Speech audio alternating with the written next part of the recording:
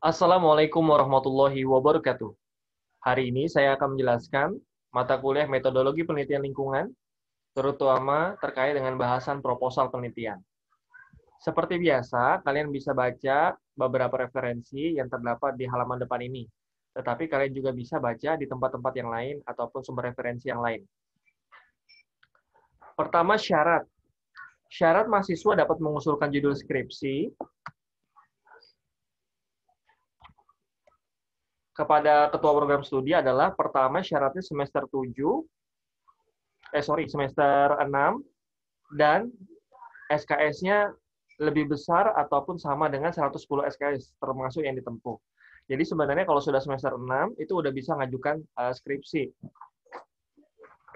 Tetapi ada juga syarat mata kuliahnya. Yang pertama, satu, kalian udah KKN. Kedua, untuk udah PKL. Yang ketiga, sudah juga mengambil mata kuliah DTLT, Desain Teknik Lingkungan Terpadu. Adapun pada kondisi pandemi saat ini, agak lebih longgar untuk PKL, sehingga paling tidak SKS sudah terpenuhi, dan syarat-syarat administrasi yang lain sudah didaftarkan. Distribusi kontribusi pembimbing dan mahasiswa dalam penyusunan tugas akhir dan skripsi. Pada tabel ini kita bisa melihat bahwa penentuan topik dan tema dan perencanaan penelitian merupakan kesepakatan antara pembimbing dan mahasiswa. Memang biasanya mahasiswa mengajukan terlebih dahulu. Tetapi pada dasarnya pembimbing juga bisa melakukan revisi jika dilihat penelitian ataupun tugas akhir ataupun skripsi tersebut kira-kira ada yang perlu penyesuaian. Jadi pada dasarnya kita belajar membuat proposal, tetapi nanti kalau dalam aplikasinya terjadi revisi sangat dimungkinkan, tidak masalah. Tetapi nanti kalau untuk pelaksanaan penelitian, penyusunan laporan dan presentasi itu lebih tekankan kepada mahasiswa itu sendiri untuk dapat mengerjakannya. Prosedur pengajuan proposal tugas akhir ataupun skripsi. Pertama, mahasiswa menentukan sendiri judul tugas akhir atau skripsi. Kedua, mahasiswa mengisi formulir pendaftaran proposal skripsi di program studi masing-masing dan melampirkan transkrip nilai yang telah dilegalisir. Yang ketiga, membuat proposal tugas akhir dengan format yang seperti telah dijelaskan. Jadi formatnya itu mengacu kepada format akademik yang dimiliki, format tugas akhir yang dimiliki oleh Fakultas Teknik Universitas Mula Warman. Saya nanti bisa share terkait dengan formatnya apa saja. Yang selanjutnya, proposal diserahkan ke ketua program studi dalam bentuk hard copy dan soft copy. Dalam kondisi pandemi saat ini, kalian cukup kirim soft copy-nya saja. Selanjutnya, soft copy diverifikasi untuk membuktikan keaslian ide dari proposal tersebut. Selanjutnya, proposal tugas akhir ataupun skripsi yang tidak disetujui dianggap gugur dan mahasiswa harus mengajukan proposal tugas akhir atau skripsi yang baru. Ada beberapa syarat yang lain yang terkait dengan administrasi. Kalian harus lihat di buku panduan skripsi yang dimiliki oleh Fakultas Teknik Universitas Mula Warman. Format proposal tugas akhir dan skripsi harus memiliki judul, latar belakang masalah, perumusan masalah, manfaat, tujuan, ruang lingkup ataupun batasan masalah, adalah studi, tinjauan pustaka ataupun landasan teori, metodologi, jadwal kegiatan, dan daftar pustaka. Kalian harus lihat apa saja yang termasuk dengan bab 1, seperti judul, latar belakang, perumusan masalah, manfaat, tujuan, dan batasan masalah. Sedangkan bab 2 adalah landasan teori, bab 3 adalah metodologi dan jadwal kegiatan, terakhir adalah daftar pustaka. Beberapa skripsi saya lihat tidak terdapat perumusan masalah. Yang ada hanya batasan masalah saja, tidak masalah. Jadi ikuti saja panduan dari Fakultas Teknik Universitas Mula Warman. Format penulisan. Pertama, kalian harus juga perhatikan terkait dengan hal-hal yang sifatnya teknis, terkait dengan ukuran buku, misalnya kertasnya ukurannya adalah A4, pengetikannya bagaimana, format penulisan, ukuran huruf, jenis huruf, dan seterusnya. Cara mengacu yaitu adalah bagaimana menulis citasi ataupun referensi, penomoran, tabel dan gambar, bahasa, Dan terakhir adalah bagaimana terkait dengan panduan daftar pustaka. Pendahuluan terdiri dari beberapa hal. Latar belakang, identifikasi masalah, pembatasan masalah, perumusan masalah, tujuan penulisan ilmiah, manfaat penulisan ilmiah. Seperti saya sampaikan tadi di awal, bahwa terkadang saya melihat ada yang tidak ada identifikasi masalahnya. Biasanya kalau tidak ada identifikasi masalahnya, identifikasi masalah itu masuk ke dalam latar belakang atau masuk ke batasan masalah. Tidak masalah, sekali lagi saya sampaikan, ikuti saja panduan di buku panduan Fakultas Teknik Universitas Malang terkait dengan skripsi dan tugas akhir.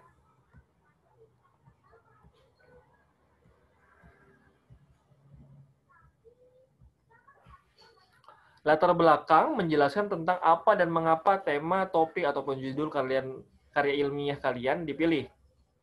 Kalau identifikasi masalah biasanya berisi tentang kemungkinan-kemungkinan masalah yang timbul dari judul karya ilmiah tersebut. Pembatasan masalah menetapkan atau memilih masalah dari kemungkinan yang ada disertai argumentasi. Jadi batasan-batasannya apa saja sih? Selanjutnya adalah perumusan masalah, mengembangkan pertanyaan-pertanyaan yang bersumber dari masalah yang telah dipilih. Terakhir adalah tujuan dan manfaat karya ilmiah, merumuskan tujuan yang konsisten dengan masalah pada karya ilmiah serta manfaatnya. Metode pencarian permasalahan. Suatu gap atau celah antara kenyataan aktual dan keinginan ideal yang dikehendaki.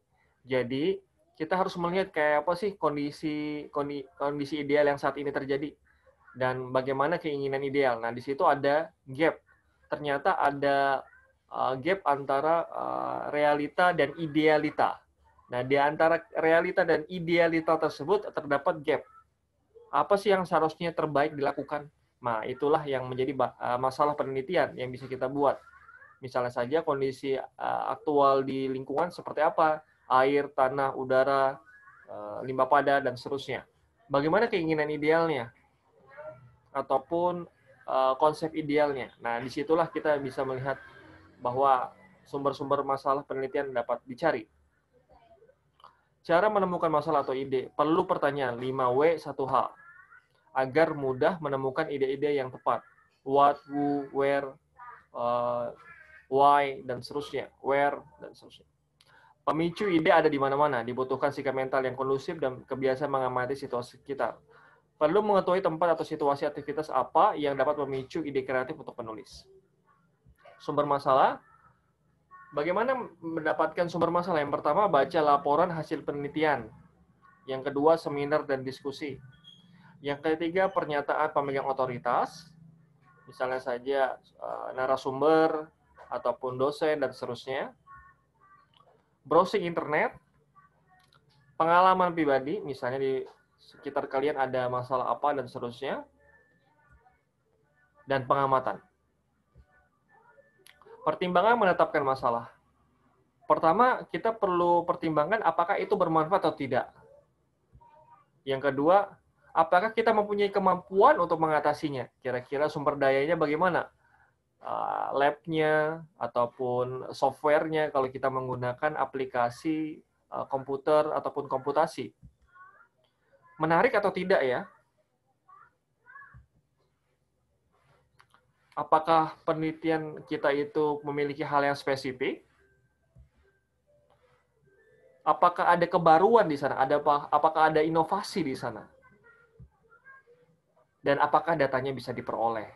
Jadi kalau kita menentukan masalah, maka hal-hal inilah yang harus kita pikirkan.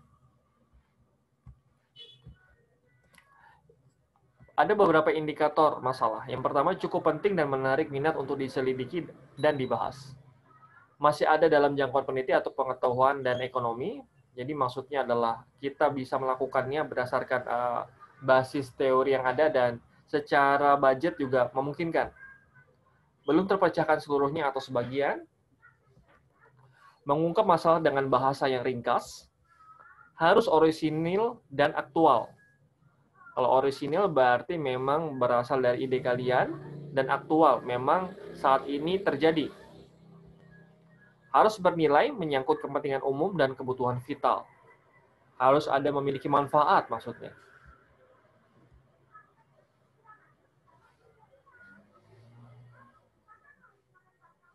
Merumuskan latar belakang. Jelaskan kondisi saat ini tentang masalah, fakta yang terjadi. Jadi kalau menuliskan latar belakang, kalian tulis dulu, apa sih kondisi yang saat ini terjadi?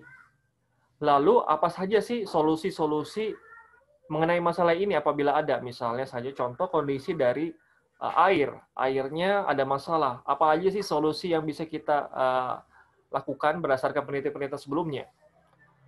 Lalu kondisi ideal yang selanjutnya gimana nih?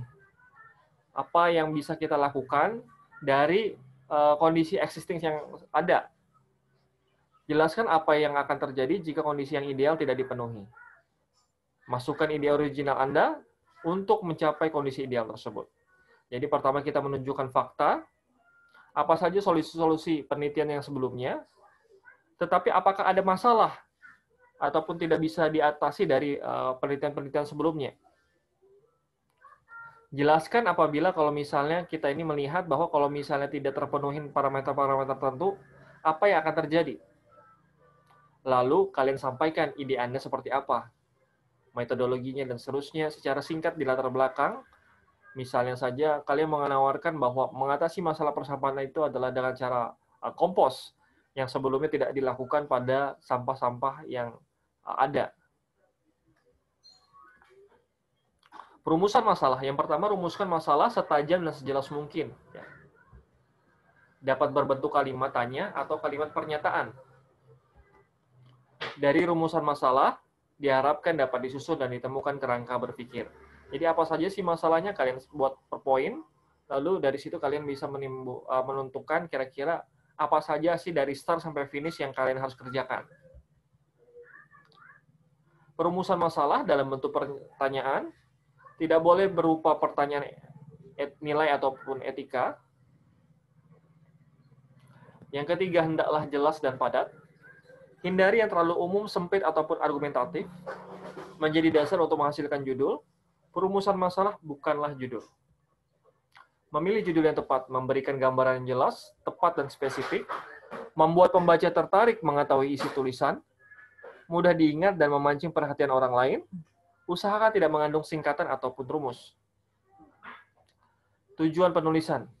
Suatu pernyataan tentang apa yang ingin kita pecahkan di permasalahan. Apa yang ingin kita pecahkan sih dari tujuan penulisan ataupun tujuan dari skripsi yang kita buat. Bentuk deklaratif dari perumusan masalah yang lebih bersifat interrogatif. Yang ketiga, dinyatakan dengan spesifik dan konkret. Yang selanjutnya adalah hendaklah jelas dan dapat diukur. Jadi, buatlah tujuan penelitian yang bisa diukur. Biasanya dosen ataupun dosen pembimbing atau penguji melihat kalau nanti di seminar hasil adalah keterkaitan antara tujuan dan kesimpulannya. Apakah kesimpulan itu sudah menjawab tujuan? Misalnya ada 3 poin tujuan. Maka ketika di kesimpulan kita melihat apakah setiap poin itu sudah dijawab di kesimpulan. Poin pertama dijawab pertama di kesimpulan pertama. Poin kedua tujuan dijawab oleh kesimpulan di poin kedua. Tujuan ketiga dijawab pula di kesimpulan poin ketiga. Manfaat penulisan. Kebaikan yang muncul ketika tujuan telah tercapai. Apa saja sih manfaat ketika kita melakukan tujuan-tujuan tersebut?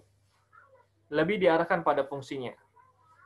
Bisa dari sisi ekonomi, sosial, dan teknologi. Dirasakan oleh khalayak sasaran. Bisa untuk masyarakat, industri, organisasi, pemerintah, dan sebagainya. Terima kasih, demikian yang bisa saya sampaikan. Wassalamualaikum warahmatullahi wabarakatuh.